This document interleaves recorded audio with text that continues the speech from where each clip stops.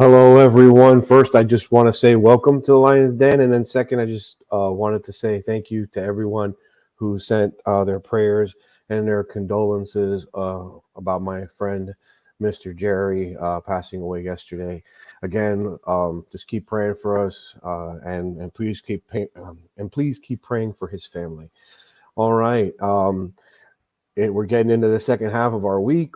We've got so much kind of going on, but at the same time, not really. I know that a lot of people at this point in juncture, you feel either you're tired or you just don't know whether or not you're going to be able to like finish out the week. Some people are already looking like, maybe I got a couple of them sick days I can use, but I know that no matter what we're going through, praise the Lord, He woke us up this morning. And so we're going to go ahead and get into His Word right now with a word of encouragement. We're going to go to John chapter 6, starting actually in verse 1. So that should be easy enough. I mean, I was able to follow it a little bit. It is a little bit long-winded, and I am only covering a little piece, but I never like taking things completely out of context. So let's go ahead and get started. We're going to read 13 verses, and don't worry, I'll try to make it as interesting as I possibly can. After these things, Jesus went over the Sea of Galilee, which is the Sea of Tiberias. Then a great multitude followed him because they saw his signs, which he performed on those who were diseased. And Jesus went up on the mountain, and there he sat with his disciples. Now the Passover, a feast of the Jews, was near. Then Jesus lifted up his eyes, and seeing a great multitude coming toward him, he said to Philip, "Where shall we buy bread, that these may eat?" But this he said to test him, for he himself knew what he would do. Philip answered him, 200 denarii worth of bread is not sufficient for them, that every one of them may have a little. One of his disciples, Andrew, Simon Peter's brother, said to him, "There's a lad here who has 5 barley loaves and 2 small fish. But what are they among so many?" Then Jesus said, "Make the people sit down." Now there was much grass in this place, so the men sat down, in number about 5,000. And Jesus took the loaves, and when he had given thanks, he distributed them to the disciples, and the disciples to those sitting down, and likewise of the fish, as much as they wanted. So when they were filled, he said to the disciples, "Gather up the fragments that remain, so that nothing is lost." Therefore they gathered them up and filled 12 baskets with the fragments of the 5 barley loaves, which were left over by those who had eaten. Those this is something out of this world, because this is how this finishes up in the 14th verse. And I'm sorry if I'm going over one more. Then those men, when they had seen the sign that Jesus did, said, "This is truly the prophet who is come into the world." Now, here's the thing about it. It's kind of, I can kind of give a little bit of a history. I don't want to, again, I don't like boring people to death with a breadth of knowledge that can be either studied later, can be made for different conversation. Right now, it's about getting that word in, but let's go ahead and do a little history lesson. These people were following Jesus because he had already been healing people. Yesterday, I said at this point, he had the wedding feast in which he turned water into wine. He had healed a leper. He had healed the man at the pool of Bethesda who was unable to walk. And of all the things he did, one of those things was that he forgave sins, and that caused problems with the Pharisees. They said only God can forgive sins. And Jesus says, all right, well, not only am I going to forgive his sins, but I'm going to tell him to get up and walk, just to kind of like prove to you guys, I say who I am. And even then, that still frustrated them. So at the 14th verse, for them to say, "This is truly the prophet who is to come into the world," when they're saying that, they're not saying like the word like prophet, like just some regular prophet of old, even though that in and of itself would be miraculous. The miraculous thing is the prophet, and they're referring to the law of Moses as the one who would come, the Messiah. So that's the first part of this. Now they're following him, and a lot of people have taken this sets of verses and basically said, "Oh, they try to kind of like explained it down," or what I would say, they've kind of dumbed it down to a point where they'll say, "Oh, well, in reality, um, Jesus is just encouraging everybody to share their lunch," because that's what happened. Is he had these 5 loaves and these 2 fish, and you know, and then everybody sat down and he saw this little boy. Everybody was compelled by the little boy who brought his food, and everybody decided to share their lunch together. That's not what happened. And we know that because of the 14th verse, because it was a sign that he was proving what his messianic. And if you read the book of John, I was saying Mark is the book of Jesus, the servant here. John says Jesus is God, and this is one of those miracles in which he proves his deity. So all of that to say this, let's go ahead, let's get into that word of encouragement where I want to actually just reach out what this says. Now I gave you a little history, and I'm giving you a little bit of theology on that. I want to give you something encouraging with it to go along, because I say, like, why, wow, you know, Leo, that's just a lot of information to go on. Well, here's something that's always stuck out to me, and I've wanted to share this for actually a while, and it's this, that he says in verse 12, so when they were filled, he said to his disciples, gather up the fragments that remain so that nothing is lost. I know sometimes you probably feel like you're lost, like you're forgotten, especially when you've encountered what you're encountering your midweek right now, or you've been going through a really rough patch for a while, you know, and you kind of feel like you're alone. You don't feel entirely isolated, but you feel like God's not really paying attention to you, or he's not even there, like God has left the room. I'll tell you, sometimes we can be like the toddlers that run around their parents, that they don't see the parent until they get tired, and they're like, and they start crying and they want to be picked up, you know. But in reality, like, sometimes in our Christian lives, we can be that way. Like, we can be so oblivious and running around and doing all the things that we're doing, and then all of a sudden we get tired and we start crying. And when we cry out to God, unlike us, you know, I know when my sons were younger, when they used to do that, it did kind of frustrate me, but I'm human. And so are you, and, you know, hopefully everybody that's listening, right? At the same time, God is God, and he is perfect in his love. So when we cry out, Abba, Father, he's there. He picks us up. He's like, come on, let's go. You know, it's okay. And that's what Jesus is saying here, because I want some people to kind of understand. Everybody was, one, filled. And number two, it was Jesus who said to them to pick up the fragments. Now, not only did Jesus give a provision for everybody to be filled, he also gave enough provision that there was left over. And Jesus was the one who was mindful of what was the fragments. Now, I don't want to use the word fragments. I like another word that's used for here in the Greek. It's the word remnant. And basically, I love that word because the remnant basically means those that seem afar off or don't feel like they're a part of it. And I know that that's basically how we feel sometimes. We're so far removed, but in reality, he is close by. So I just want to give you that, is that no matter what you're going through, no matter how far off he may feel, I promise you, he is right there. So that is your word of encouragement. Now, I know Friday is Good Friday, so yes, we will be covering Calvary's Cross on Good Friday, and tomorrow, just if you guys want to study ahead or read ahead, we're actually going over the next set of verses here in John chapter 6, when Jesus walks on the water. So, just giving you a heads up where we're going, what we're doing. Now, let's go ahead and let's get a quick take on the news. What's going around? Of course, it's the only thing really going on. It's the main headline everywhere, you know, blah, blah, blah, yada, yada, yada. And that is the Trump indictment. It's getting so old as a story. We're like, where is this really going? And I'll get to actually where I'm going with this in reality. And that is, I'll read a little bit of the story. The grand jury indictment against former President Donald Trump was unsealed in a Manhattan court yesterday afternoon as the former president sat in a room while under arrest.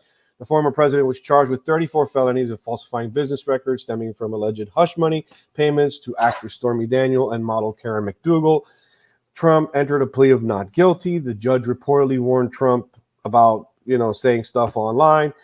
But here's where it gets me. Trump's next court date has been set for December 4th. Now, if I'm the prosecution, I want to put a jury together like as soon as possible. because I know that this jury is going to convict him no matter what. It doesn't matter. They can say, hey, listen, he was jaywalking up and down and left and right on the street all day long, here, there, and everywhere else. Let's get to reality. Even then, he could have convened a grand jury, and then that's it. So in reality, like what I'm seeing here is that either they're being, this is the judge's discretion, at least they say, but in reality, it's usually the prosecution's discretion. When the defense says, listen, we need time to get our case ready, the fact of the matter is that the judge doesn't usually give this amount. It's almost a whole year when we're going to be at this again. Like, this story can't get old enough. Like, to me, it's beyond ridiculous. So, like I said, this right here, just that right there already tells me that it's not necessarily a nothing burger, but that this is a circus. And, so we get to watch, we get to keep watching. Yay, Woo, all right. Next up, I want to talk about is what's going on in Marion County. Police in Ocklawaha, Florida, are on the hunt for a triple murderer after 3 teenagers were shot dead and left in different places. The Marion County Sheriff's Office has ruled out the possibility that a serial killer is on the loose, though few details about the murders have been released outside of how the victims died and where they were found. Last Thursday, sheriff's deputies found Layla Silvernail lying in a dumpster around 11 p.m. She was rushed to a local hospital and remained in critical condition until Tuesday.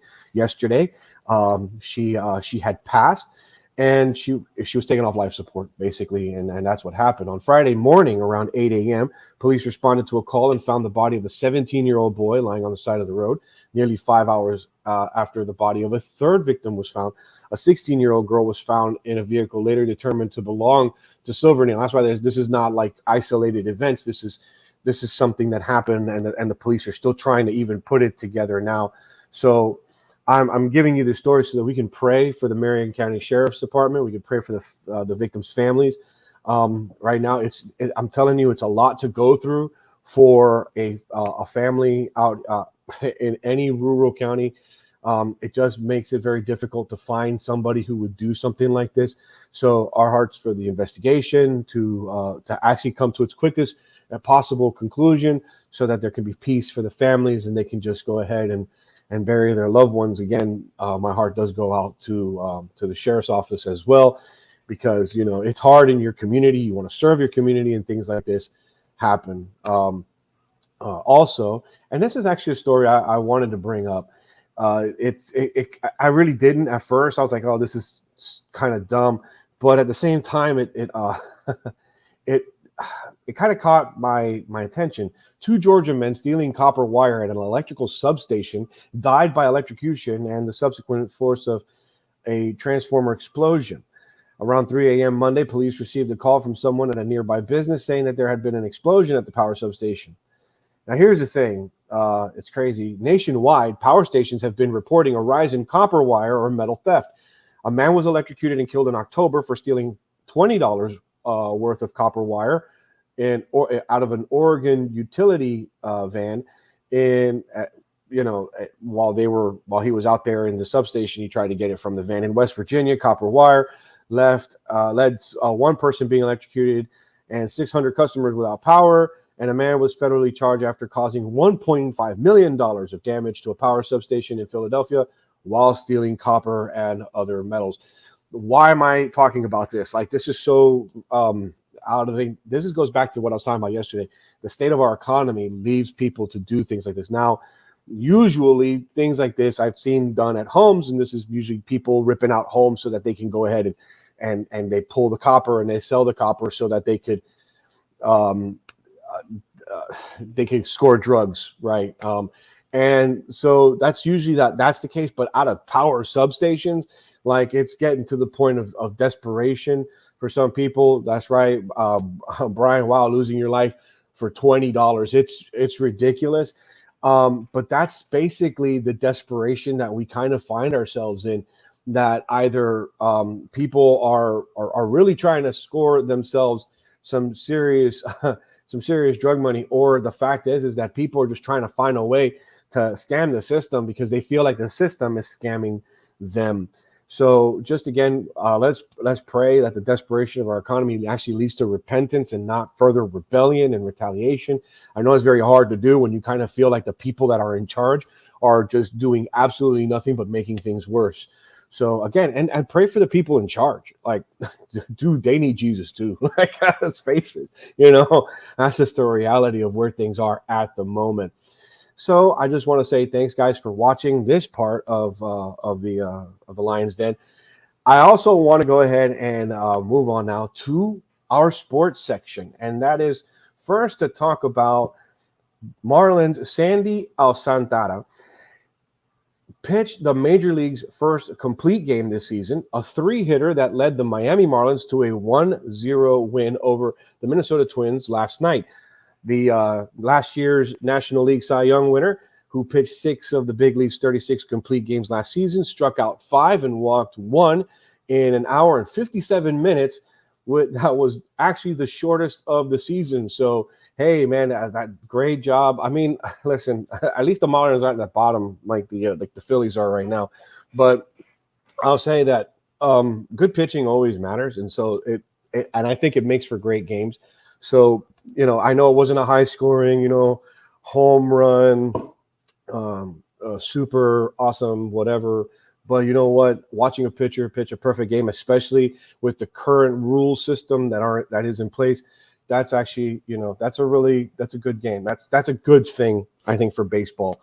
And that and I know, Remy, you say something about the Lakers, but I actually want to go ahead and talk about Mr. Joel Embiid. Doc Rivers has no doubts about who's taking home this season's MVP award after another dominant showing Tuesday evening from Joel Embiid and the Philadelphia 76ers, 103-101 win over the Boston Celtics. All right, Embiid went off for 52 points on 20 of 25 shooting to go along with 13 boards, 6 assists, 2 blocks, 39 minutes of action. Wilt Chamberlain is the only other player in NBA history to tally at least 50 points, 10 rebounds, and 5 assists while shooting at least 80% from the field.